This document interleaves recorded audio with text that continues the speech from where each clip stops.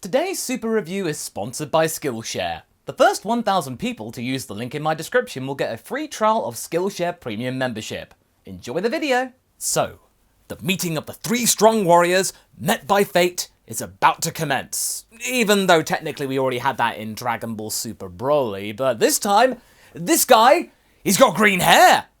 Oh no, wait, that's Broly too, but this guy has got an eye patch! That's right everyone, Dragon Ball Super the Manga Chapter 71 is here, and we are bizarrely going into the first battle much sooner than I thought most of us were expecting. Also, a lot of you seem to be glad that we're back on Earth finally, even though we were only just there 4 chapters ago. Weird. In any case, I'm reading the Dragon Ball Super manga via Viz's online portal for Shonen Jump. A couple of bucks a month gets you access to the entire manga roster of Super. But if you don't fancy splashing out the cash, you can read the previous 3 chapters for free. So here you go. Chapter 71, The Heeters Plan. Haha, you fell for it. Us taunting monkeys is all part of the Grand Heeters master plan.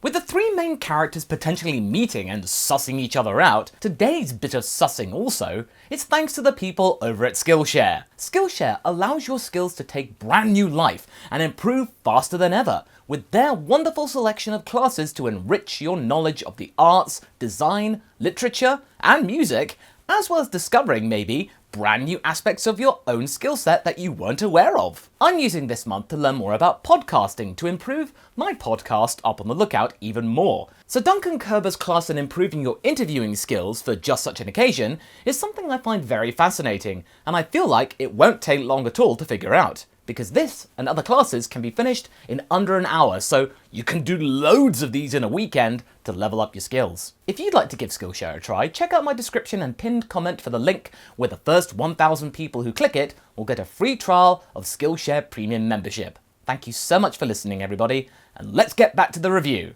And oh, by the way, let me know what field of expertise you're going to enhance this month. Where we last left off, Vegeta got very excited about destroying some little pebbles. Other than that though, Granolah got his wish on the Torombo Dragon of Planet Cereal, at the cost of his life.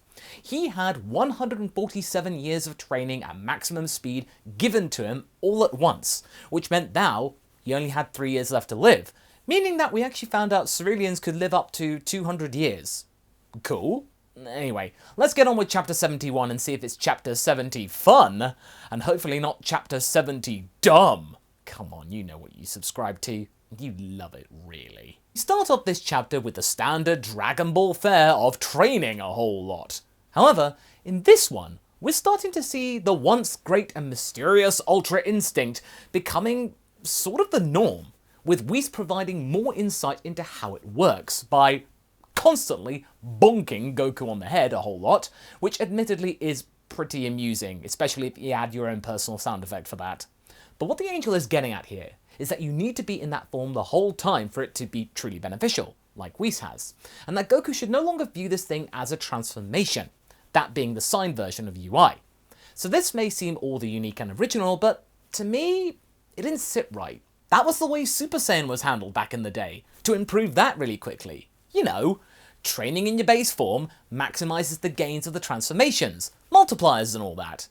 It's basically the same here, but only with another means of increasing power that doesn't involve getting angry and golden hair and all. In short though, by doing all of this, Goku will no longer be burdened with the issue of draining stamina and energy whilst using Ultra Instinct Time, like he did in the Moro arc. In theory, he would always be in that state, the Silver-haired version being his new equivalent of Super Saiyan. Does that mean Goku will no longer need to go Super Saiyan? What will the marketing department do without their precious and iconic mascot? Oh, yeah, of course. No, they just make new toys of this version. Okay, false alarm. However, the attention then slowly draws to the thing that had been troubling Whis for quite a while, and this also brings Vegeta into the mix, who is finger-pressing a boulder, as you do. That being Granolah, of course, this distraction, and all the while the angel is trying to be a modern-day equivalent of Roshi, and that your only rival is you the day before, giving that spiel. But honestly, I think I prefer Roshi's version though. Seems more relatable. Speaking of Granolah, he's showcasing his own ability by sitting in his ship and doing nothing. Oh, no. He's watching Mon Naito from a great distance away. And avoiding his problems and responsibilities. I mean, poor old man, he really doesn't deserve this granola. Oatmeal then asks whether it's okay to do this to the guy, but the Cerulean doesn't really seem to care to actually talk to him, not really wanting to push it. You see, he's slowly losing his sense of self, keeping his eye on the prize, the Saiyans. Then we get to the meat of the chapter, the Heeters Plan, hence the title of the chapter. The whole game of this plan in Chapter 71 is to play the two parties into meeting each other and then either coming up with one conclusive winner or, hey, maybe eliminating both entities. It doesn't really matter. Either way, the Heeters would benefit. But first, they gotta go to Zuno and ask some questions to get where they need to go. Ah yes, Zuno. When you can't be bothered to go looking for plot points yourself in distinct worlds and locations and characters, just use this character slash gimmick. That can get you out of anything in the space of just one scene. It's kind of remarkable in a way. And yet, it still feels very Dragon Ball. Remember the comedic nature of this series, people. Makes sense. As Oil and Maki then go off to do their thing, Gas is reeling from not getting to fight Granolah himself earlier, but Alec is showing concern for him as he actually really wouldn't want to see his trusted fighter potentially getting rinsed, embarrassed, or even killed by this now quite desperate maniac of a Cerulean bounty hunter. Yeah, he actually cares for his people. His time will come though, Gas. Hav and I both think that their next battle will be quite the spectacle, and obviously Gas will die. On Zuno's planet, Maki has been able to charm the pants off the sage quite handsomely. Unlike Bulma, who did it, who got 3 questions out of Zuno, Maki is able to get 10. All because Zuno likes feisty women, it's his thing. But wait, Bulma is almost the dictionary definition of feisty. Oh, I see. Zuno, you're Earthist, aren't you? Yeah, that must be it. Anyway, the Earthist then gets bombarded with the questions that the Heeters have, and Oil is hungry because he's big and round and fat. Classic joke. Then the Team America montage music plays as Goku and Vegeta each do their respective training with Whis and Beerus. Goku seems to be doing better with his training than Vegeta, using his Ultra Instinct skills to the full in his base form, whereas Vegeta is a sort of 2 out of 3. He Hakai's 2 obstacles, okay, but when he gets the big log, he uses his typical ki blast, and Beerus notices, bonking him on the head. Beerus doesn't really have the patience for those not getting 100% on his tests. But then we move to Earth, where the Heeters have gotten their intel, and note, this has actually taken months to do in total, from the beginning of the chapter to where we are now. This isn't something that has happened in a weekend, all this training and information gathering. And Chi-Chi is now being grilled by the duo.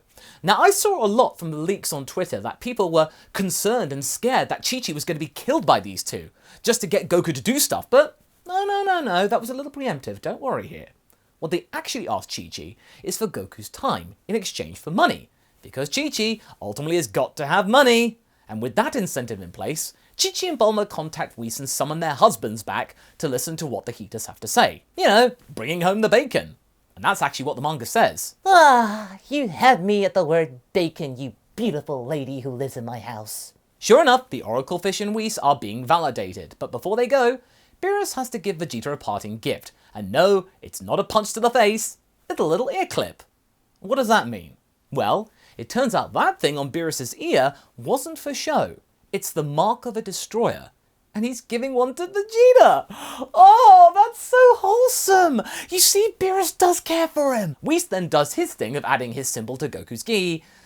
It's not as special. That's been done in Resurrection F already, but still, yeah, it's kind of cool. Back to Earth, though, and the 2 Heeters find the Dragon Radar, but the Dragon Balls here have been used already. However, we actually find out, probably via Zuno, of course, that the Dragon Torombo on Planet Cereal does not have a period of inactivity. Once those balls have been wished on, they go up into the sky, disperse, but you can actually go and wish on them again instantly, so long as you can find them. Then we get more Chi-Chi and her fixation on them tendies. Goku to the moon! Speaking of Goku, he and his best bud arrive 30 minutes later and get briefed, tempted and cajoled by Maki in a couple of pages into joining them for their 18-day jaunt to Planet Cereal. Things do get a little sketchy on this lavish ship when Vegeta suspects that they might be fibbing a little about their lot in life. They've been pitching themselves up to now as a barren people down on their luck, yet this ship is quite extravagant. But Maki uses her acting skills to get around it. Sort of, but then, look over there! Food! Goku's sold. Then we see the next phase of the plan. The Heeters, of course, are playing both parties. No, really? MONKE then tells Granolah that the Saiyans are actually coming to his planet, acting as hired goons for Frieza, and not coming of their own accord. With Granolah now believing this tripe wholesale through confirmation bias, he then dramatically gets out of his ship, stands ready to get his revenge on the Saiyans, and the Saiyans are about to get their battle with apparently the strongest in the universe. Is this fate? Not as such. It's convenience. But will it be interesting? Well, we shall find out next chapter. All in all, this chapter wasn't as action-packed as the previous few chapters, but it definitely served its purpose well. The purpose being of said chapter was to get the three parties to where they need to be for the first round. Months of training and gathering of valuable intel was cut through for the sake of getting to the battle proper. Now, I can imagine that this was a little weird and it may seem rushed to you, but let's put this in perspective. Would you rather have one chapter, a supersized chapter, getting everything done in a fairly intelligible way, or 5 super long chapters coming out monthly, remember, of side quests, struggles, and fluff? I think you'd want the former. Remember, chapters back in the day were only like about 15 to 20 pages long and came out weekly, like the original run.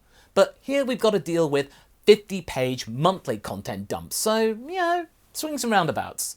Just think of this as reading a quarter of the manga chapter per week. You might get a similar experience. Maybe try that next month and see if that impacts your enjoyment. Let me know in the comments if you're going to give that a go. But going back to the content itself, we get a little bit more insight into Whis' training, which we discussed earlier. Ultra Instinct is now essentially going to become likely Goku's standard issue technique, and used nearly all of the time. Super Saiyan may no longer be necessary. He could just use Sign to do what he needs to do, or only need Super Saiyan when something is relatively easy.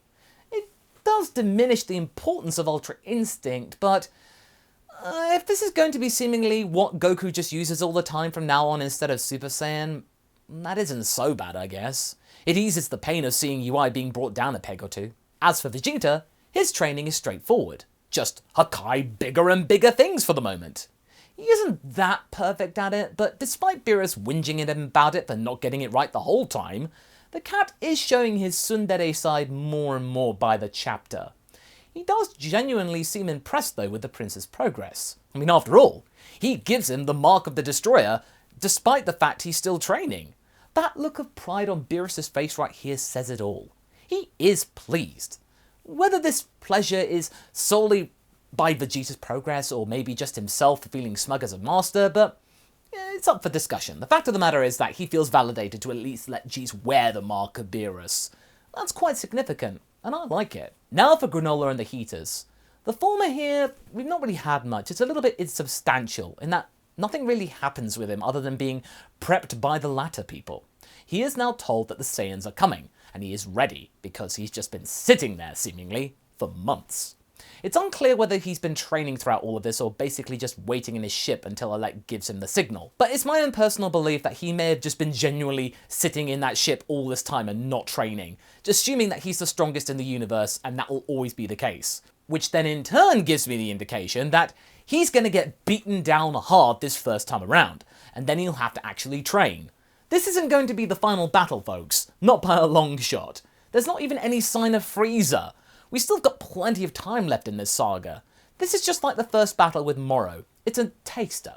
It's about the trio sizing each other up and going from there. Don't worry. We haven't even had gas from the Heeters firing up his dukes against Granolah. Patience, people. This chapter overall was needed. It did its job. So let's just wait and see what happens next. But what did you folks think of the chapter itself? Did you find it helpful in getting everything in place? Explaining stuff? Or was it something you could have done without? Let me know in the comments below, and I shall see you next month for the review of Chapter 72. Catch you later!